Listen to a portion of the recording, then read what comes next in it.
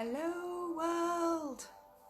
Happy Boxing Day! I've got some very zen music going on right now, but I'll switch it off. There we are. Okay.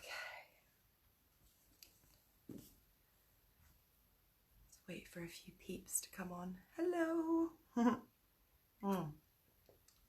Welcome to story time. Merry Boxing Day. Hey Tom. I hope you're all doing very well. I feel really sick. I've eaten so much cheese. I'm sponsored by Brie. Like I'm in a partnership, and I know that we're gonna have to break up, and I think I'm gonna do it tomorrow. I'm gonna finish that last bit of Brie, and then we're gonna break up, and I'm gonna just move forward with my life, and I think it's for the best. Hi Bianca, hi Roxy, hi everyone. Merry Boxing Day. I hope you're all right. For all you Christmas orphans out there, all of you grounded flights people, sending big love. So it's story time. I've had a few people I've seen recently sort of say, oh, loved your story time or whatever, which is really sweet. And I got back here today and it was so quiet in my little flat on my own. I thought, right, I'm going to make myself useful. I have been given this by my lovely friend Chloe. She loved it, and I think it's another one you can jump in and out of. You don't have to listen to all the chapters, which is great. So let's give it a go. It's called Girl, Woman, Other. If I have to stop for snacks, please bear with. My stomach is stretched. festively plump. Right, chapter 1 is called Amma. Amma is walking along the promenade of the waterway that bisects her city. A few early morning barges cruise slowly by. To her left is the nautical-themed footbridge with its deck-like walkway and sailing mast pylons. To her right is the bend in the river as it heads past East Waterloo Bridge towards the dome of St. Paul's. She feels the sun begin to rise, the air still breezy before the city clogs up with heat and fumes. A violinist plays something suitably uplifting further along the promenade. Amma's play, The Last Amazon of Dahomey, opens at the National tonight. She thinks back to when she started out in theatre, when she and her running mate Dominique developed a reputation for heckling shows that offended their political sensibilities, their powerfully trained actors' voices projected from the back of the stalls before they made a quick getaway. They believed in protest that was public, disruptive and downright annoying to those at the other end of it. She remembers pouring a pint of beer over the head of a director whose play featured semi-naked black women running around on stage, behaving like idiots, before doing a runner into the back streets of Hammersmith, howling. Amma then spent decades on the fringe, a renegade lobbing hand grenades at the establishment that excluded her, until the mainstream began to absorb what was once radical, and she found herself hopeful of joining it, which only happened when the first female artistic director assumed the helm of the National 3 years ago. After so long hearing a polite no from her predecessors, she received a phone call just after breakfast one Monday morning when her life stretched emptily ahead, with only online television dramas to look forward to. Love the script, must do it. Will you also direct it for us? I know it's short notice, but are you free for coffee this week at all? Amma takes a sip of her Americano with its customary Kickstarter extra shot in it as she approaches the brutalist grey arts complex ahead. At least they try to enliven the bunker-like concrete with neon light displays these days, and the venue has a reputation for being progressive rather than traditionalist. Years ago, she expected to be evicted as soon as she dared walk through its doors, a time when people really did wear their smartest clothes to go to the theatre, and look down their noses at those not in the proper attire. She wants people to bring their curiosity to her plays, doesn't give a damn what they wear, has her own sod you style anyway, which has evolved, it's true, away from the cliché denim dungarees, Che Guevara beret, PLO scarf and ever-present badge of two interlocked female symbols. Talk about wearing your heart on your sleeve, girl. These days, she wears silver or gold trainers in winter, fail-safe Birkies in summer. Winter, it's black shades, it's black slacks, either baggy or tight, depending on whether she's a size 12 or 14 that week, a size smaller on top.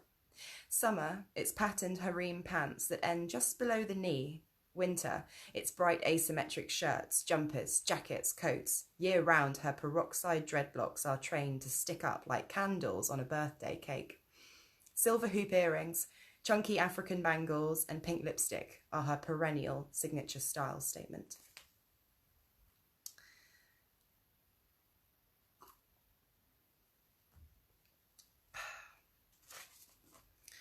Yaz recently described her style as a mad old woman look, mum, pleads with her to shop in Marks and Spencer like normal mothers, refuses to be spotted alongside her when they're supposed to be walking down the street together. Yaz knows full well that Amma will always be anything but normal, and as she's in her 50s, she's not old yet. Although try telling that to a 19-year-old. In any case, ageing is nothing to be ashamed of, especially when the entire human race is in it together. Although sometimes it seems like she alone among her friends wants to celebrate getting older, because it's such a privilege to not die prematurely, she tells them as the night draws in around her kitchen table in her cosy terraced house in Brixton. As they get stuck into the dishes each one has brought, chickpea stew, jerk chicken, Greek salad, lentil curry, roasted vegetables, Moroccan lamb, saffron rice, beetroot and kale salad, jollof quinoa and gluten-free pasta for the really irritating fusspots. As they pour themselves glasses of wine, vodka, fewer calories, or something more liver-friendly if under doctor's orders. She expects them to approve of her bucking the trend of middle-aged moaning. Instead, she gets bemused smiles. And what about arthritic flare-ups, memory loss and hot sweats? Amma passes the young busker. She smiles with encouragement at the girl, who responds in kind. She fishes out a few coins, places them in the violin case. She isn't ready to forgo cigarettes, so leans on the riverside wall and lights one, hates herself for it. The adverts told her generation it would make them appear grown up, glamorous, powerful, clever, desirable, and above all, cool. No one told them it would actually make them dead. She looks out at the river as she feels the warm smoke travel down her esophagus, soothing her nerves while trying to combat the adrenaline rush of the caffeine. 40 years of first nights and she's still bricking it. What if she's slated by the critics? Dismissed with a consensus of 1-star reviews? What was the great national thinking, allowing this rubbishy imposter into the building? Of course, she knows she's not an imposter. She's written 15 plays and directed over 40, and as a critic once wrote, Amma Bonsu is a safe pair of hands, who's known to pull off risks. What if the preview audiences who give standing ovations were just being kind? Oh, shut up, Amma. You're a veteran battle axe, remember? And now I pause for some water, and I think I'm going to eat a mince pie because I did have quite a long night last night. And although I did eat a little bit of cheese and stuff, I just feel like mince pie is going to help me. So there you go. I like it so far. The way it's written in the book, it isn't like normal, look. It's all weird. It's kind of written like spoken word, so the sentences are broken up where they want you to pause.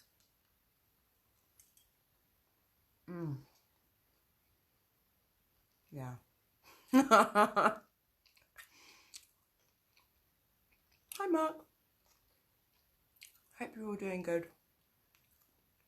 Join me in eating something Christmassy, even if you don't feel Christmassy.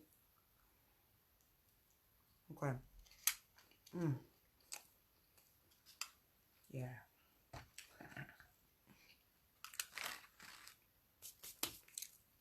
Right. We're still on Amma. Look, she's got a fantastic cast. 6 older actresses, seen it all vets. 6 mid-careerists, survivors so far. And 3 fresh faces, naive hopefuls, one of whom, the talented Simone, will wander in bleary-eyed to rehearsals, having forgotten to unplug the iron, turn off the stove or close her bedroom window, and will waste precious rehearsal time phoning her flatmates in a panic. A couple of months ago, she'd have sold her grandmother into slavery to get this job. Now, she's a spoilt little prima donna who ordered her director to pop out and fetch her a caramel latte a couple of weeks ago, when it was just the 2 of them in the rehearsal room. "I'm so exhausted," Simone whinged, implying it was all Amma's fault for making her work so hard. Needless to say, she dealt with little Miss Simone Stevenson in the moment. Little Miss Stevenson, who thinks that because she's landed at the National straight out of drama school, she's one step away from conquering Hollywood. She'll find out soon enough. At times like these, Amma misses Dominique, who long ago absconded to America. They should be sharing her breakthrough career moment together. They met in the 80s at an audition for a feature film set in a women's prison. What else? Both were disillusioned at being put up for parts such as a slave, servant, prostitute, nanny or crim, and still not getting the job. They railed against their lot in a grotty Soho cafe while devouring fried egg and bacon slathered between 2 slabs of soggy white bread washed down with builder's tea, alongside the sex workers who piled their trade on the streets outside. Long before Soho became a trendy gay colony. "Look at me," Dominique said, and Amma did. There was nothing subservient, maternal or criminal about her. She was uber cool, totally gorgeous, taller than most women, thinner than most women, with cut glass cheekbones and smoky eyes, with thick black lashes that literally cast a shadow on her face. She wore leathers, kept her hair short except for a black fringe swept to one side, and rode about town on a battered old butcher's bike chained up outside. "Can't they see I'm a living goddess?" Dominique shouted with a flamboyant gesture, flicking her fringe, adopting a sultry pose as heads turned. Amma was shorter, with African hips and thighs. Perfect slave girl material, one director told her when she walked into an audition for a play about emancipation. Whereupon she walked right back out again. In turn, a casting director told Dominique she was wasting his time when she turned up for a Victorian drama when there weren't any black people in Britain then. She said there were, called him ignorant before also leaving the room, and in her case, slamming the door. Amma realised she found a kindred spirit in Dominique who would kick ass with her, and they'd both be pretty unemployable once news got around. They went on to a local pub where the conversation continued and wine flowed. Dominique was born in the St Paul's area of Bristol to an Afro-Guyanese mother, Cecilia, who tracked her lineage back to slavery, and an Indo-Guyanese father, Wintley, whose ancestors were indentured labourers from Calcutta. The oldest of 10 children, who all looked more black than Asian and identified as such, especially as their father could relate to the Afro-Caribbean people he'd grown up with, but not to Indians fresh over from India. Dominique guessed her own sexual preferences from puberty, wisely kept them to herself, unsure how her friends or family would react, not wanting to be a social outcast. She tried boys a couple of times. They enjoyed it. She endured it. Age 16, aspiring to become an actress, she headed for London, where people proudly proclaimed their outsider identities on badges. She slept rough under the Embankment arches and in shop doorways along the Strand, was interviewed by a Black Housing Association where she lived, and lied and cried about escaping a father who'd beaten her. The Jamaican housing officer wasn't impressed, so you got beats, is it? Dominique escalated her complaint to one of paternal sexual abuse, was given an emergency room in a hostel. 18 months later, after tearful weekly calls to the housing office, She landed a one-bedroom housing association flat in a small 50s block in Bloomsbury. I did what I had to find a home, she told Amma. Not my finest moment, I admit, still. No harm done, as my father will never know. She went on a mission to educate herself in Black history, culture, politics, feminism, discovered London's alternative bookshops. She walked into Sister Wright in Islington, where every single author of every single book was female, and browsed for hours. She couldn't afford to buy anything, and read the whole of Home Girls, a black feminist anthology, in weekly instalments, standing up, as well as anything by Audre Lorde she could get her hands on. The booksellers didn't seem to mind. When I was accepted into a very orthodox drama school, I was already politicised and challenged them on everything. Amma, the only person of colour in the whole school, she demanded to know why the male parts in Shakespeare couldn't be played by women. And don't even get me started on cross-racial casting, she shouted at the course director, while everyone else, including the female students, stayed silent. I realised I was on my own. The next day I was taken aside by the school principal. You're here to become an actor, not a politician. You'll be asked to leave if you keep causing trouble. You have been warned, Dominique. Tell me about it, Amma replied. Shut up or get out, right? As for me, I get my fighting spirit from my dad, Kwabena, who was a journalist campaigning for independence in Ghana. Until he heard he was going to be arrested for sedition, legged it over here, ended up working on the railways where he met my mum at London Bridge Station. He was a ticket collector. She worked in the offices above the concourse. He made sure to be the one to take her ticket, so she made sure to be the last person to leave the train so she could exchange a few words with him. Mum, Helen, is half-caste, born in 1935 in Scotland. Her father was a Nigerian student who vanished as soon as he finished his studies at the University of Aberdeen. He never said goodbye. Years later, her mother discovered he'd gone back to his wife and children in Nigeria. She didn't even know he had a wife and children. Mum wasn't the only half-caste in Aberdeen in the 30s and 40s, but she was rare enough to be made to feel it. She left school early, went to Secretarial College, headed down to London, just as it was being populated by African men who'd come to study or work. Mum went to their dances and Soho clubs. They liked her lighter skin and looser hair. She says she felt ugly until African men told her she wasn't. You should see what she looked like back then, a cross between Lena Horne and Dorothy Dandridge, so yeah, really ugly. Mum hoped to spend their first date going to see a film and then on to her favourite spot, Club Afrique, right here in Soho. She'd dropped enough hints and loved to dance to high life and West African jazz. Instead, he took her to one of his socialist meetings in the back room of a pub at the Elephant and Castle, where a group of men sat guzzling beers and talking independence politics. She sat there trying to act interested, impressed by his intellect. He was impressed with her silent acquiescence, if you ask me. They married and moved to Peckham.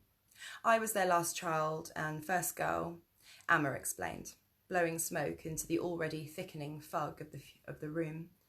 My 3 older brothers became lawyers and a doctor. Their obedience to the expectations of our father meant I wasn't pressurised to follow suit. His only concern for me is marriage and children. He thinks my acting career is a hobby until I have both. Dad's a socialist who wants a revolution to improve the lot of all mankind. Literally. I tell Mum she married a patriarch. Look at it this way, Amma, she says. Your father was born male in Ghana in the 1920s, whereas you were born female in London in the 1960s. And your point is? You really can't expect him to get you, as you put it. I let her know she's an apologist for the patriarchy and complicit in a system that oppresses all women. She says human beings are complex. I tell her not to patronise me. Mum worked 8 hours a day in paid employment, raised 4 children, maintained the home, made sure the patriarch's dinner was on the table every night and his shirts were ironed every morning. Meanwhile, he was off saving the world. His one domestic duty was to bring home the meat for Sunday lunch from the butchers, a suburban kind of hunter-gatherer thing.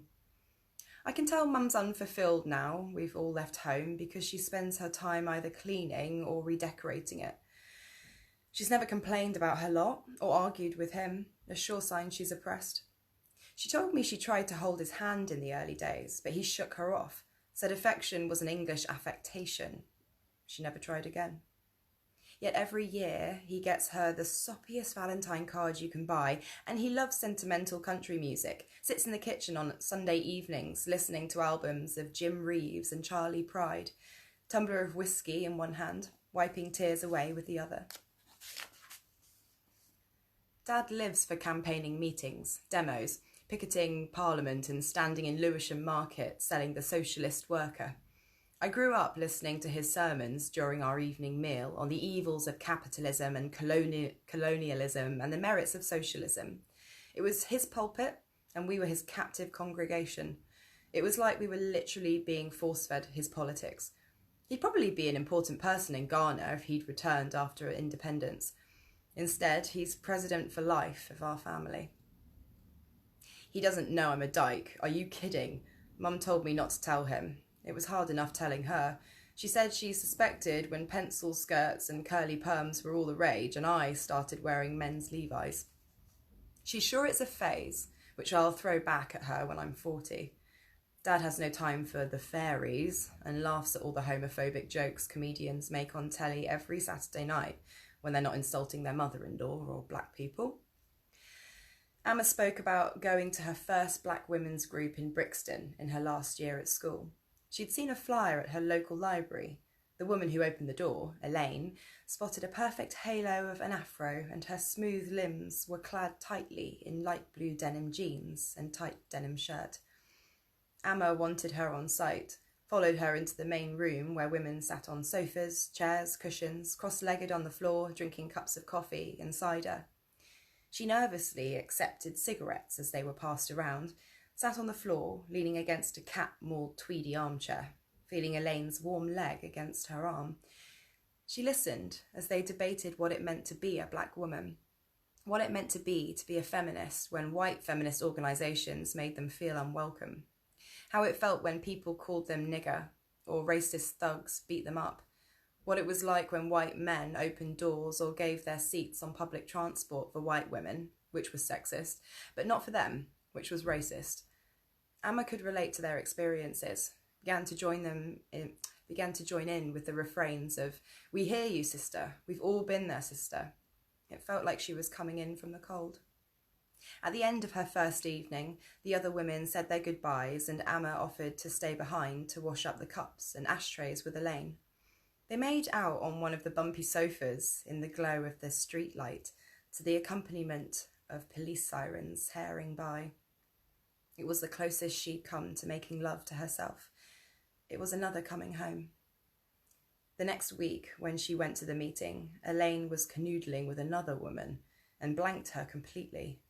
She never went again.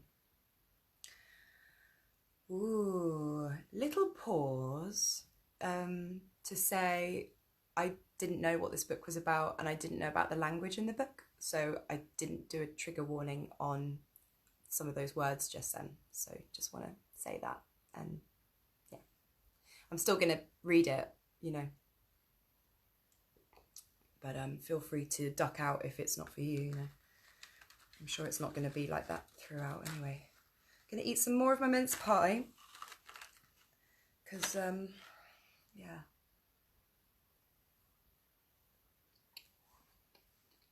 Samantha Rogers says, almond organic tea and mince pies too, this end. Yummy. Almond organic tea. Sounds sweet.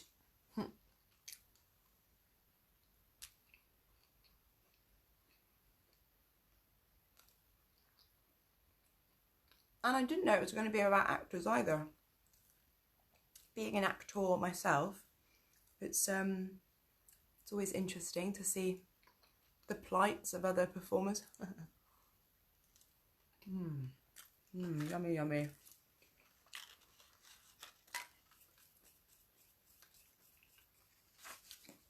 Let's see.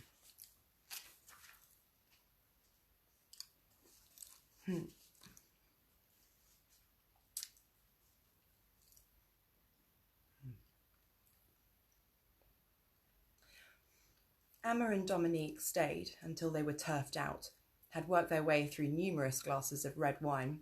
They decided they needed to start their own theatre company to have careers as actors, because neither was prepared to betray their politics to find jobs, or shut their mouths to keep them. It seemed the obvious way forward. They scribbled ideas for names on hard toilet paper snaffled from the loo. Bush Women Theatre Company best captured their intentions. They would be a voice in theatre where there was silence. Black and Asian women's stories would get out there. They would create theatre on their own terms. It became the company's motto, on our own terms, or not at all. Cool.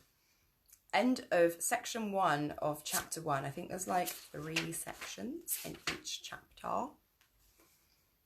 Yeah, I'm going to leave it there just because I don't want to overshoot. It's been a while since I read to you guys. And it's just a good little stoppage. So, Merry Boxing Day, everyone.